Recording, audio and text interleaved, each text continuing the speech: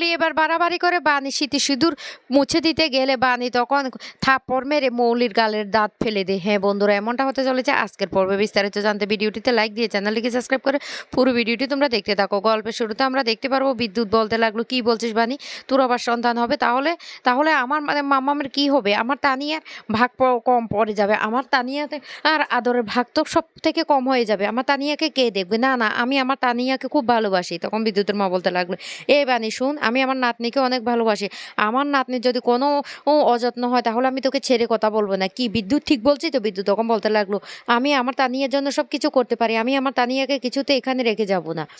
তখনই এ কথা বললে তানিয়া বলতে লাগলো, ও ভালো রাক্ষস, তুমি এভাবে কথা বলো না। মা বাবা আমার কোনো অযত্ন করবে না, কেন আমার ভালোবাসার ভাগ কম হবে? আমি তো ভাইকে খুব ভালোবাসবো, বাবা মাও ভাইকে খুব ভালোবাসবে, তাহলে তো আমরা খুব ভালো থাকবো। এ কথা বলার সাথে সাথে এদিকে ঈশানী আর পিনাকিও চমকে যায়। অন্যদিকে বিদ্যুৎ তখন বলতে লাগলো, এই এখন আমার মেয়ে বলছো? যখন আমার মেয়ে জন্ম হচ্ছিল তখন তুমি কোথায় ছিলে? বিদ্যুৎ তখন বলতে লাগলো, আরে বানি তখন দুশ্চরিত্রা ছিল, সেই জন্যই তো। হ্যাঁ, আমি বানির প্রতি অযত্ন করেছি, আমি কথাটা এখন স্বীকার করি, কিন্তু এখন তো আমি ভালো হয়ে গেছি। বানি তখন বলতে লাগলো, তোমার মুখে না ভালো হয়ে গেছে কথাটা একদম মানায় না। এদিকে অনিরুদ্র তখন বলতে লাগলো, অনিরুদ্র তখন বলতে লাগলো, ও যখন তানিয়ার জন্ম হবে তখন বানি যে ছটপট করছিল তখন তুমি কোথায় ছিলে? কোথায় ছিলে তখন তুমি? ভাগ্যিস আমি দেখতে পেয়েছিলাম। ও হঠাৎ করে রাস্তায় অজ্ঞান হয়ে পড়ে গিয়েছিল, আর সেটা হয়েছিল আমার হাতে। আমি তাকে হাসপাতালে নিয়ে যাই, আর আর ভুলবশত হাসপাতালের এ, তানিয়ার জন্ম হলে নার্সরা আমাকে বাবা ভেবে আমার কোলে প্রথম তানিয়াকে দেয়। আমি তানিয়ার প্রথম মুখ দেখেছিলাম। আজকে আজকে না হলে তানিয়া কোথায় থাকতো? বানি তখন বলতে লাগলো, হ্যাঁ ডাক্তারবাবু তো আমাকে বলেছিল ভগবানরূপী একজন এসে নাকি আমাকে হাসপাতালে দিয়ে গেছে। তাহলে মিস্টার চ্যাটার্জি সেটা আপনি? তখনই অনিরুদ্র বলতে লাগলো, হ্যাঁ আমি কারোর কাছে মহান হতে চাই না, বা আমি কিছু বলতে চাই না, সেই জন্য আমি কাউকে এতদিন পর্যন্ত কিচ্ছু বলিনি। আজকে বিদ্যুতের কথার জন্য আমাকে বলতে বাধ্য হলো। ও কারণ বিদ্যুৎ বারবার বলছে আমার আর মেয়ে, আমার মেয়ে। ওই দিন তোমার কি অবস্থা ছিল? ওই দিন ও কোথায় ছিল? তুমি যে একজন গর্ভবতী মেয়ে, তুমি কোথায় গিয়েছিলে? তোমার বাচ্চা কোথায়? তখন তো ওর কোনো খেয়াল ছিল না, তাহলে এখন কেন এসব কথা বলছে? এই কথা বলার সাথে সাথে নয়নতারা দেবী তখন বলতে লাগলো, আমি কিছুই বুঝতে পারছি না। এদিকে বাণী অনিরুদ্রকে বলতে লাগলো, মিস্টার চ্যাটার্জি আমি আপনার কাছে চিরকৃতজ্ঞ, আমি আপনার ঋণ কিভাবে শোধ করবো? অনিরুদ্র তখন বলতে লাগলো, এসব কথা একদম বলো না বাণী, এসব কথা বলো না। ভগবান নিশ্চয় চেয়েছেন, সেই জন্য আমাকে সেখানে পাঠিয়েছেন। না হলে না হলে তুমি কোথায় থাকতে আমি নিজেও বুঝতে পারছি না। হয়তো তুমি তোমার মেয়ে কিভাবে থাকতে সেটা এখনো আমি জানতে পারতাম না। আজকে তানিয়া বারবার আমার মেয়ে বিদ্যুৎ করছে, সেই জন্য আমাকে কথাগুলো বলতে বাধ্য হয়েছে। এদিকে বানি খুব কান্না করতে থাকে আর বলতে লাগলো, আমার মেয়ের আর আমার জীবনদাতা আপনি। অনিরুদ্র তখন বলতে লাগলো, ভগবানের আশীর্বাদে আমি তোমাকে পেয়েছিলাম, না হলে আমার তানিয়া আজকে কি হতো? এই বিদ্যুৎ ভালো করে কান খুলে শুনে রাখ, তানিয়া আমার মেয়ে অনিরুদ্র চ্যাটার্জির মেয়ে তানিয়া, বুঝতে পারছিস? তখন বিদ্যুৎ কোনো কথাই বলে না। এদিকে মলি বলতে লাগলো, গ্র্যান্ড মমি এটা কি হচ্ছে? আমি তো কিছুই বুঝতে পারছি না। অন্যদিকে তখন বানি বলতে লাগলো, ও মা তুমি আর কি মনে আছে একবার মিস্টার চ্যাটার্জি জলে পড়ে গিয়েছিল, সেই ছোটোবেলায় তোমার সাথে আমার মন্দিরেও দেখা হয়েছিল, আর তখন কিন্তু আমি মিস্টার চ্যাটার্জিকে বাঁচিয়েছিলাম। তখন ঈশানীরও মনে পড়ে যায়। ঈশানী তখন বলতে লাগলো, হ্যাঁ হ্যাঁ হ্যাঁ মনে আছে মনে আছে।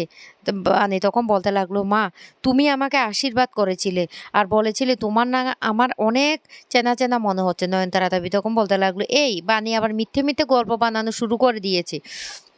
অনিরুদ্র তখন বলতে লাগলো, ঠাম্মি একদম বাজে কথা বলবে না, এটা কোনো গল্প না, যেটা সত্যি ঘটনা সেটাই আমরা সবাইকে বলছি। বানে তখন বলতে লাগলো, মিস্টার চ্যাটার্জিকে তখন আমি বাঁচিয়েছিলাম। মানে অনিরুদ্র তখন বলতে লাগলো, হ্যাঁ আমারও মনে আছে, কিন্তু সেই মেয়েটা যে তুমি ছিলে সেটা আমি আমি জানতে পারলাম অনেক দেরি করে, কিন্তু আগে জানতে পারিনি।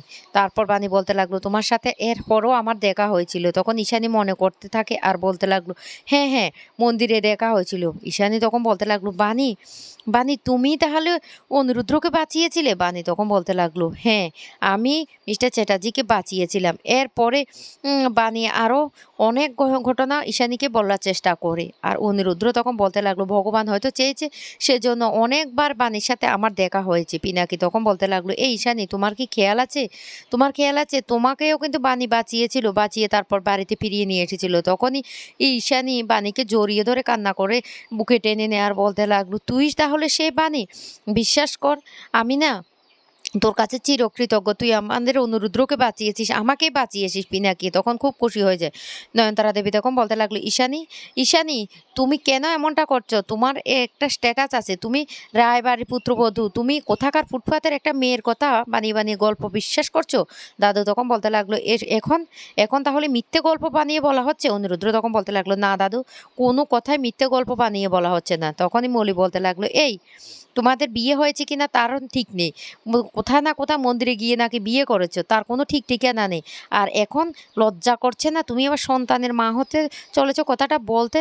কোথাকার কোন যারার সন্তান নিয়ে এসেছো? বানি তখন বলতে লাগলো, এই মৌলি ম্যাডাম, একদম মুখ সামলে কথা বলুন, আজে বাজে কোনো কথাই বলবে না। মৌলি তখন বলতে লাগলো, কি বলছিস? সত্যি যেটা সেটাই তো বলছে। বানি তখন বলতে লাগলো, আমাদের মন্দিরে বিয়ে হয়েছে আমার মাম্মাম আর কাকার সামনে। মিস্টার চ্যাটার্জি আমাকে সিঁদুর পরিয়ে দিয়েছে। তখনই মৌলি বলতে লাগলো, তোর সিঁদুর নিয়ে বড্ড অহংকার বানি। ওই তোর ওই ২ চিমটে সিঁদুর না আমি কিছুতে রাখবো না। আমি ওই সিঁদুর মুছে ফেলবো।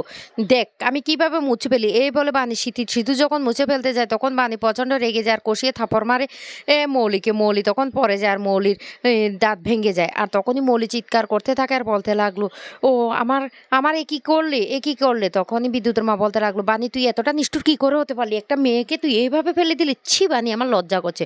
বানি তখন বলতে লাগলো, আজকে তো একটা দাঁত ভেঙে পড়ে গেছে, ভবিষ্যতে যদি আমার স্মৃতি সিঁদুর নিয়ে খেলা করতে আসিস না তাহলে গালের ৩২টা দাঁতে আমি মাটিতে ফেলে দেবো, বুঝতে পারছিস? পিনাকি তখন বলতে লাগলো, মৌলি বড্ড বাড়াবাড়ি করছো, তোমার এই বেয়াদবির জন্য তোমাকে বানির কাছে ক্ষমা চাইতে হবে। ক্ষমা চাও? তখনই মৌলি চিৎকার করতে থাকে আর বলতে লাগলো, না আমি কিছুতে ক্ষমা চাইবো না। বানি আমার গালের দাঁত ফেলে দিয়েছে, আমি বানির কাছে ক্ষমা চাইবো? কি বলছো, কি বলছো ড্যাড? তখনই মৌলি বলতে লাগলো, আমি ওই বাণীকে ছাড়বো না, বাণীকে আমি ছাড়কার করে দেবো, শেষ করে দেবো। বাণী তখন বলতে লাগলো, আমার কিচ্ছু করতে পারবি না, কিচ্ছু করতে পারবে না, কারণ আমি সৎ পথে আছি, আমি কোনো অন্যায় করিনি। আর এই এক চিমটে সিঁদুর না, সেটা ছেলে গেলা নয়। নিজে তো বিদ্যুতের নামে মিথ্যে সিঁদুর পরে বসে আছিস, আবার অন্যের সিঁদুর নিয়ে কেন টানাটানি করছিস? এই কথা বলার সাথে সাথে এদিকে বিদ্যুৎ মৌলির দাঁত পড়ে গেছে দেখে বলতে লাগলো, এই বেবি বেবি, দাঁত ছাড়া তো তোমাকে জঘন্য লাগছে। এদিকে নয়নতারা দেবী তখন বলতে লাগলো, কত বড় সাহস, কত বড় সাহস, তুমি আমার না আপনি গালের যে দাঁতগুলি ফেলে দিয়েছো, এত সাহস তোমার কি করে হলো? এদিকে মৌলি ঘরে চলে যায় আর ঘরে গিয়ে সমস্ত জিনিসপত্র ভাঙচুর করতে থাকে। বিদ্যুৎ তখন বলতে লাগলো, এই এই মৌলি বেবি, তুমি এমন করছো কেন? তুমি এইভাবে সব কিছু ভেঙে ফেলছো কেন? তখনই মৌলি বলতে লাগলো, আরে আমাকে আমাকে এখন ঠান্ডা থাকতে হবে। বানি যে রায়বাড়ির মেয়ে সেটা যদি সবাই জেনে যায়। আর এই কথাটা শুনে ফেলে নয়নতারা দেবী তখন বলতে লাগলো, এই এই কি বলছিস? কি বলছিস তুই? মৌলি তখন কিছুই বলে না। আর তখনই নয়নতারা দেবী বলতে লাগলো, আমার কাছে কোনো কিছু লুকাবে না, সত্য করে বলো দিদিভাই, সত্য করে বলো কি বলেছো? তখনই বলতে লাগলো, হ্যাঁ বানি রায়বাড়ির এই সন্তান।